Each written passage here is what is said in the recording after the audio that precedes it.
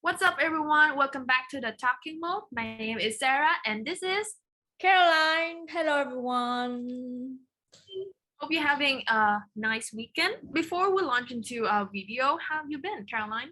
I have been having an interesting past couple of weeks. Like you may know, but like many of our viewers or audience, they don't know, but like I got COVID last week. And yeah, I was quarantined for 2 weeks. It has been interesting. And staying at home and having the time to maybe take my day a little bit slower, or just taking my time to rest, to recover from this disease. I have a lot more time to look at the news, for example, to scroll on social media and to just let myself caught up with the current affairs. One event that I see that has been going viral almost on every news platform or everywhere almost is the invasion, or not the invasion, but like I would like to call it the conflict between Russia and Ukraine that is currently happening.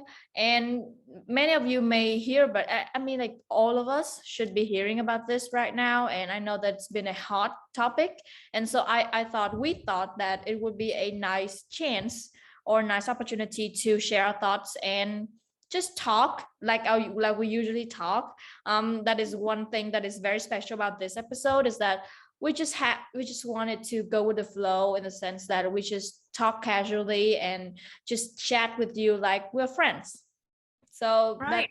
So I think, like, come to think about it, it's really funny that our latest, like, our most recent videos was about feminism, right? When 5 days, like a week, roughly a week before that, we met, and that was like the last time we seen each other ever since Caroline got the COVID. It was like this really funny story how she came to my homes and her slippers got bitten by the dogs, and I lent her my flip flops, and ever since we've not seen each other.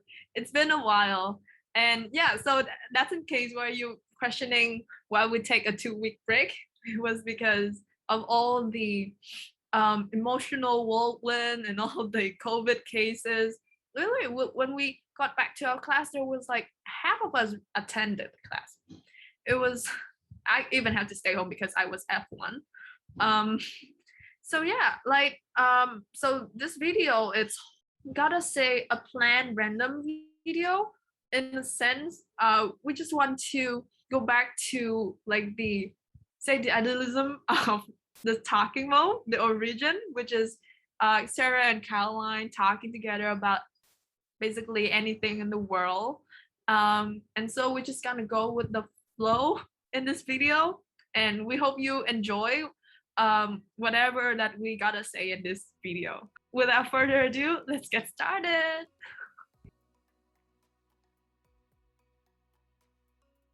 Okay, so Caroline, you noticed that for the past few weeks, like memes about the rising prices of gasoline has been floating around the social media, and why is that?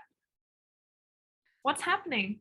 most of you, or if not like all of you, may have probably known about the conflict that's happening in Russia and Ukraine. And I know that, and as a result that, I think as a result of the different sanctions, because Russia, I believe, is the country that provides the most gasoline or the most fuel, Yeah. yeah, to the whole world. And so now that Russia is sanctioned, like many like countries like the US or some of the European countries, they sanction Russia, meaning they stop um, importing gasoline and fuel from Russia, and that results in the rising prices of fuel, because now that fuel and gasoline are kind of rare, to be honest. Like we don't have it as much as before, and also if we do have it, then like as we can see, like the prices are continuously rising, and that also I don't know, create an opportunity for people to make memes about that, and not Yeah, just like memes, but like very, I would say, jokes almost. Like it's an interesting phenomenon, like, and everybody, like if you talk about the rising prices of fuel, like anyone knows about it, like it somehow has become a teen code, or I don't know. But like It it's a is. second language or something. Indeed. Like maybe we've noticed about the price of gasoline before, but now, as in senior years, and everyone's using their motorbikes to move around as a main means of transportation, and so gasoline has been an indispensable part of our life. And when it comes to rising prices of gasoline, it also leads to the rising prices of others produce like food and drinks and many others. So it's basically cause a trickle down effects on all the products that we're using, right? For in Vietnam, normally a liter of gas would cost around 16,000 dong, but right now it's rising to 30,000 dong. That's like double the price of what it once was. And people was just really complain about it because well, the gasoline prices might have risen, but their salaries have not. And that is like the timeless conundrum in the lives of many people, because well, they cannot really stop to go out, because that's just cannot happen. And they even like compare, say, a container of gasoline to a container of a perfume, how the tables have turned. Gasoline is now like one of the rarest and like most precious um natural resource in the world right now. So yeah, that's also why Carolyn couldn't come to my house, because well, we're saving up for college and stuff. Caroline, what do you know about this conflict between Russian and Ukraine? Because it seems like it has impacted not just those two countries, but to the lives of thousands, millions of citizens all over the world. What do you know about it? So I know that Russia and Ukraine, they have very deep-rooted bonds together, so their relationship were very close. So they used to be part of the Soviet Union together, and after they separated, Ukraine became an independent country, an internationally recognized country, and Russia is too. And because of that, they share many, like the same culture, they share pretty much the same language, they share many things in similarity. And even I know that many Ukrainians or many Russians, they have relatives in the other country. So somebody might have their dad be a Ukrainian but their mom be a Russian. So as you can probably see, their bonds are very tied together. And so it's weird, and because of that, it's weirder now that they are fighting each other and they have conflict with each other. And the war that we know today began on February 24th 2022, and before that there has been conflict already between Russia and Ukraine for many years, like since 2014 was when I think it's like right after right after Ukraine declared independence from the the Soviet Union. Soviet. And This is in 1991. There has been like continuous uproars and upheavals, between the two countries. And I think this latest conflict dates back to 2020, right? 2020, when there was like a conflict between how like Russian troops build up on the border of Ukraine. Um, well, at the same time, the COVID pandemic, burst out, and and leading up to February 24th is when Russia declared war, or like fire a missile.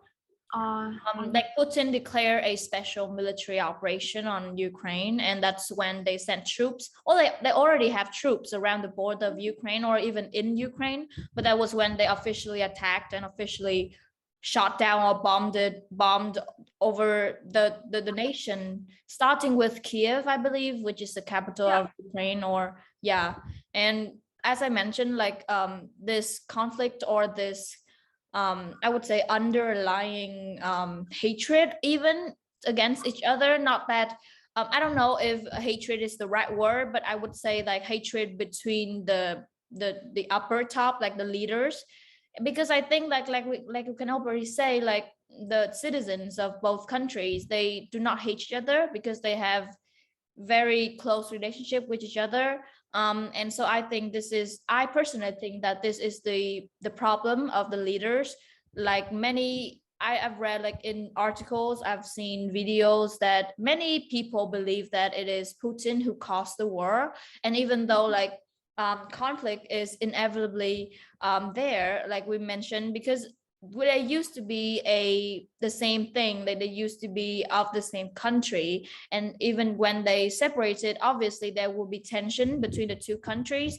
But I don't think that tension should be the reason why war started, because when war started, under any reason there would be consequences. And now that we are already in the week 3 of this attack, this invasion, we have already seen tremendous consequences, like we mentioned about the rising fuel prices, and how the different cyber attacks or different civilian attacks, many people are killed, many children are born but weren't taken care of.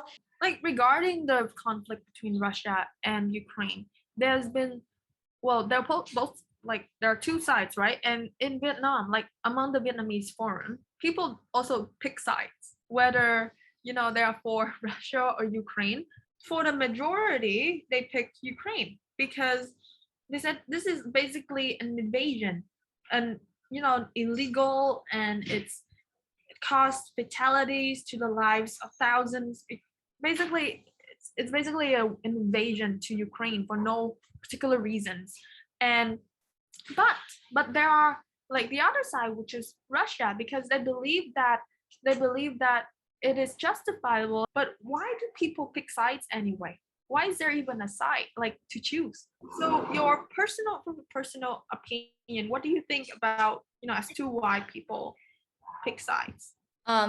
Okay, so as always, there are people who they vote for Ukraine, and there are people who vote for Russia, and each of those groups of people, they have their own reasons, and I believe their reasons are justifiable to an extent. And so, as I know, and to the best of my knowledge, the people who vote for Ukraine are the people who believe in peace, and that they say that peace is the most precious asset, or even the biggest accomplishment of humankind until now.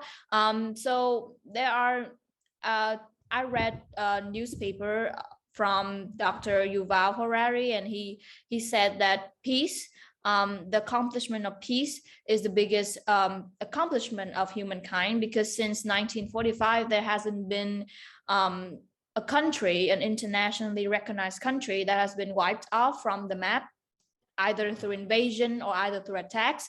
And so because of that, the budget that each country spend on military defense or national defense, or in general the budget, the national budget that they spend towards military and like, I don't know, securing their country has decreased compared to before the 1945. But because of this war in Ukraine, overnight, like Germany, they doubled their national defense, they doubled the budget spent towards military spending. And even though like it is understandable for them to do so, because at the end of the day it's the security of their nation that's what at stake. But that's initial signs, for me at least, to see that the peace that we have been fighting so hard to achieve, like the peace that we have been fighting, we have been sacrifices, people are killed to achieve this peace or independence or freedom. This foundation that we have is it's becoming more and more fragile, and it's dangerous for generation like ours, because we haven't experienced a war before. And so it's very dangerous for us to, because we have taken this peace, we have taken this freedom of ours for granted even. And so now that this foundation is becoming more and more fragile, I do not like, I cannot imagine how the future will look like, because the future where peace is not present is like it's unimaginable even. And so to the people who vote for Ukraine, that's what they believe in. They believe in peace, they believe in human rights, they believe in the civilian rights to be protected and to be cared for. But obviously to the people who vote for, or to the people who advocate for Russia and saying that that the Putin administration is rightfully doing the right thing for their administration, for the country, for their people, believe that it is kind of this retaliation to the NATO's expansion towards the east, and it is just kind of this act of self-defense almost, of when Putin declared a special military operation on Ukraine and stuff. And they believe that, the West, the NATO, they have troops around the border of Russia, in Poland, in Lithuania, in many countries that surround Russia, and that poses a threat to Russia when it comes to military, or when it comes to politically also. And so, yeah, they believe that it's just an act of self-defense, and that Putin has the right to do so because he is the president of Russia, and he has the right and he has the responsibility to protect Russia political power and his people from NATO's influence or NATO impact.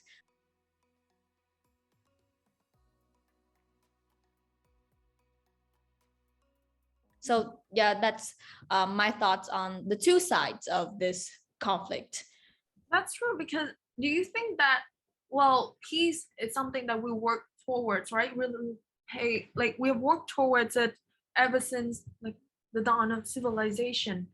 Peace is something that we want to achieve, because without peace, we cannot achieve anything. It's like a fundamental requirement for us to thrive. And so when it comes to the Russia and Ukraine conflict, I couldn't help but think that is it like Russia's motives to invade Ukraine? Is it in a quest to basically find peace, to achieve peace in their own, like, do you think that when they invade Ukraine with their like justifiable reasons, so basically on the news, it says that Vladimir Putin, who launched the attacks on Ukraine, was the goal of the operation was to demilitarize and denazify Ukraine. The denazification. Okay, so like the Russian leader claimed that military action was necessary to stop Ukrainian attacks on the two breakaway regions of Donetsk and Lugansk, which Moscow recognized as sovereign states. And so on this, it seems like Russia has a reasonable claim, like a reasonable reason to attack Ukraine. So is it like a war to end all wars? Is it like whether, because in a normal state, we don't really know what happened between these countries. Like there's like internal conflict, we don't know, and many people have suffered already. But now it has become officially an attack like this. And now that the fatalities are recognized, now that the impacts are clear, well, come to think about it, I don't know whether it's the war to end all war, basically, even if it means that a lot of people had to flee away from their home country, even if it means that 1,000 babies born without a shelter, and even it means that the citizens of the world had to pay the price for this conflict. I personally don't think that this is a war to end a war, because I read, like you mentioned, so Putin claimed, or his administration claimed, that this is an act of denazification of the Ukrainian people, and it is to liberate the Ukrainian people from Nazism, but I do not really think that way, because Nazi is, a form of fascism. And so it is against liberal democracy, it is against freedom. But we're talking about a country which is Ukraine, with its president being a Jew, like a Jewish person. Zelensky is a Jewish person, and Jewish, as we probably know, was once colonized or was once slaughtered by Nazism, by fascism, by the Hitler administration. And so in a sense, that's contrary to his claim that Ukrainian is Nazism, because its leader is a person who was once colonized and was once slaughtered by fascism. And so in a way, Zelensky cannot be in favor of Nazism because he is a Jewish. And so, yeah, that was my personal thoughts.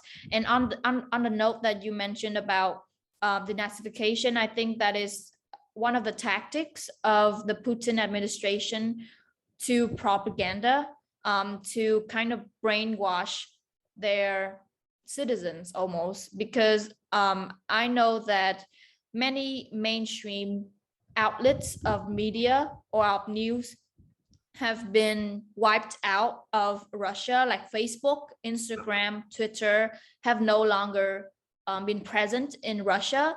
And that leaves room for plenty of Putin's administration to take over the media. And so I have seen all over the social media videos of how Putin, I don't know, I will insert the clip, but like basically the Russian soldiers, they have a kind of this anthem almost, this to chant that Putin is not wrong, Putin is doing the right thing, Putin is helping people, denazification and stuff. And so I think that is a tactic of them to brainwash their soldiers who will be fighting in the front line of this. Many attendees said they had been pressured into attending by their employers, according to the BBC. Likewise, students said they were given a day off from lectures if they attended. And some didn't even know that the event was dedicated in part to supporting the war in Ukraine.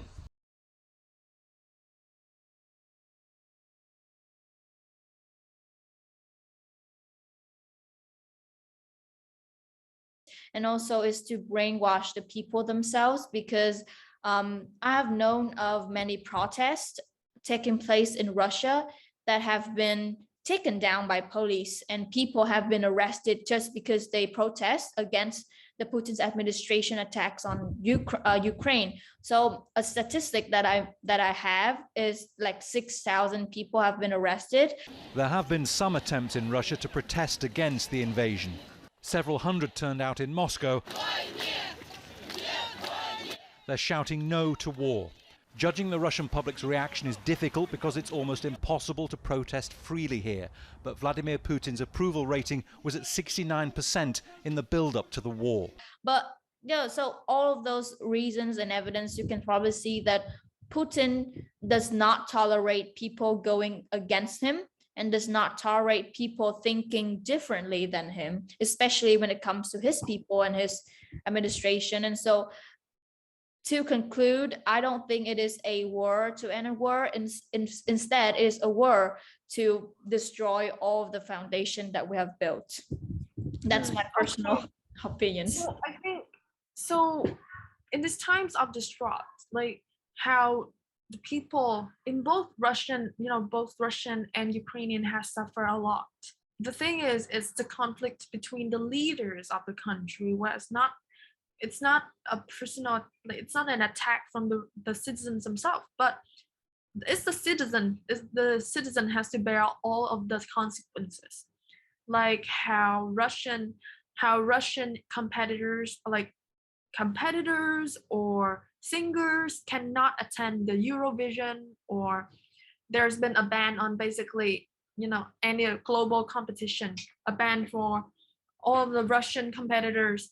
And I think basically that's just unfair to them, because they have no say in this, and they cannot stop what the leaders of their country do, but they have to bear the consequences at all. So what has like some of the international power done to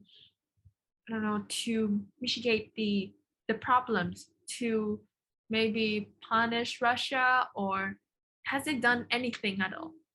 I know for a fact that Biden has put out sanctions and has stopped the exploitation of Russia, which is one of the top 3 exporters of gasoline in the world, gasoline and oil in the world. What else? What else has been done, Caroline? So as the invasion escalates, so to have economic sanctions by the US and its allies and some of the European countries. And so like you mentioned about how President Biden, he had limited on energy imports from Russia, and also the US and the European Union also cut several Russian banks off of SWIFT, which is the global messaging system that facilitates foreign transactions, and it takes up 70% of transfer in Russia. And so that is a huge damage on Russian economy. And also besides Europe, like partners like South Korea and Japan have also joined in the fight to maybe sanction Russia, and even like neutral countries like Switzerland have imposed sanctions. And some of the examples that I heard of are like big tech companies, cultural institutions, international corporations from like MasterCard to McDonald's have also like pulling out of the country, pulling out of Russia. And that obviously leads to the tremendous suffer and the tremendous decline in Russia economy. Russia economy is expected to dramatically shrink. And even if like these sanctions are targeted towards Russia ability to make war, Russia ability to attack on Ukraine, the damage done to the Russian economy system will inevitably trickle down to many other fields like we mentioned, and will leave the country very devastated, at least economically. And also, like I mentioned about the internal conflict within Russia between its people, people protesting against the Putin administration and stuff. And it will leave the country divided, I think, in many ways. Yes. Whatever, who's right, who's wrong, it's the citizens who bear all the, everything, the consequences, the negative consequences.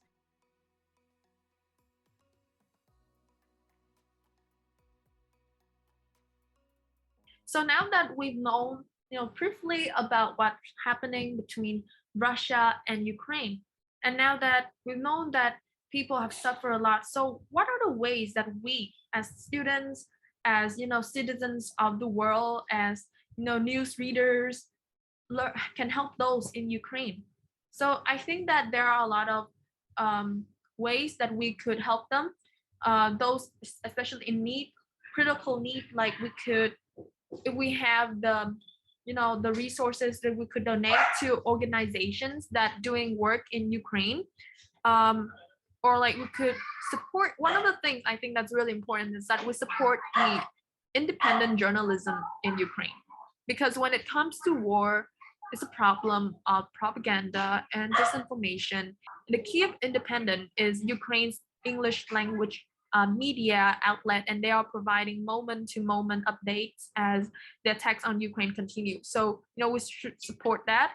And I think that one of the most important thing is basically stay informed and share consciously. Even if we cannot directly join the army and fight for whatever we believe in, but we could also staying informed is a way of being aware of what is really going on. It's also a way of saying no to war and stand with Ukraine.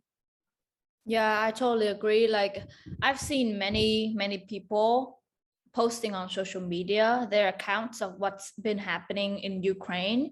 And even though like it's helpful to have those footages or those videos and those updates, I think we have to be cautious about the fake news, because there are videos that happened in the past and not from the Russia or Ukraine conflict, but then people use that video as a way to, I don't know, spread fake information about what's really happening in Ukraine. They can add sounds that is fake. They can add videos, footages that is fake, and claim that that is what's happening in Ukraine, but it's not. So we as viewers, we as citizens, and we are, even though we're fortunate enough to be in Vietnam, like a country that doesn't suffer from war, I think our responsibility is to stay informed and to beware of fake news, disinformation, misinformation, and also another I don't know, a method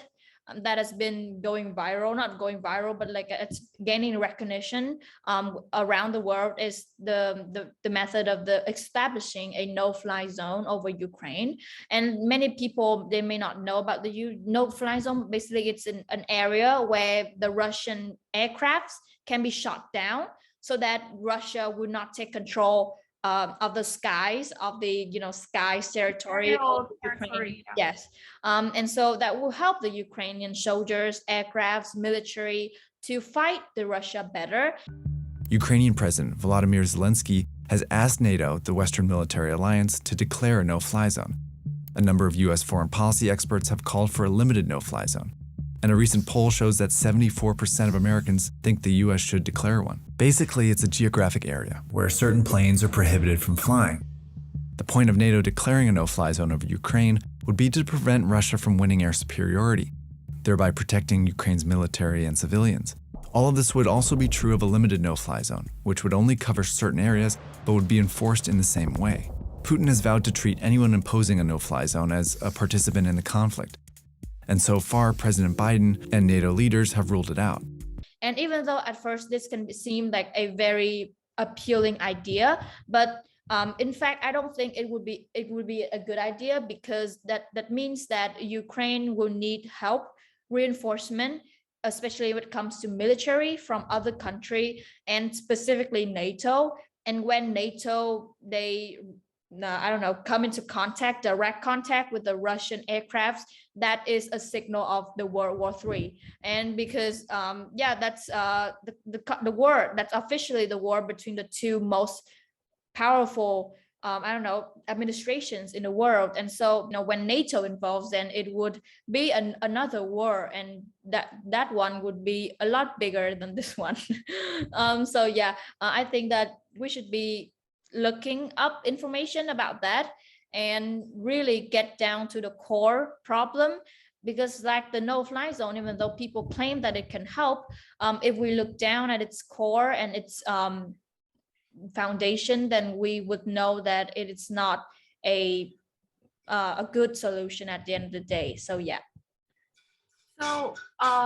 before we finish with our episode, just want to say that our opinions stated in this video are not affiliated with any sides. It's purely from what we've learned from the social media, from news outlets, and we base our opinions on the presenting evidence and facts.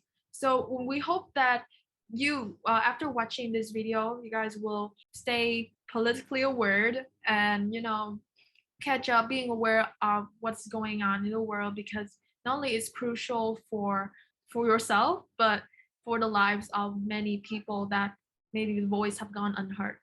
So Caroline, it has been fun catching up with you. We'll also link all of our resources in the description. So if you are interested, you want to learn more about the conflict between Russia and Ukraine, you could access those links and give it a try. So that's a wrap on today's episode. yes, Stay tuned stay safe and stay awesome. bye.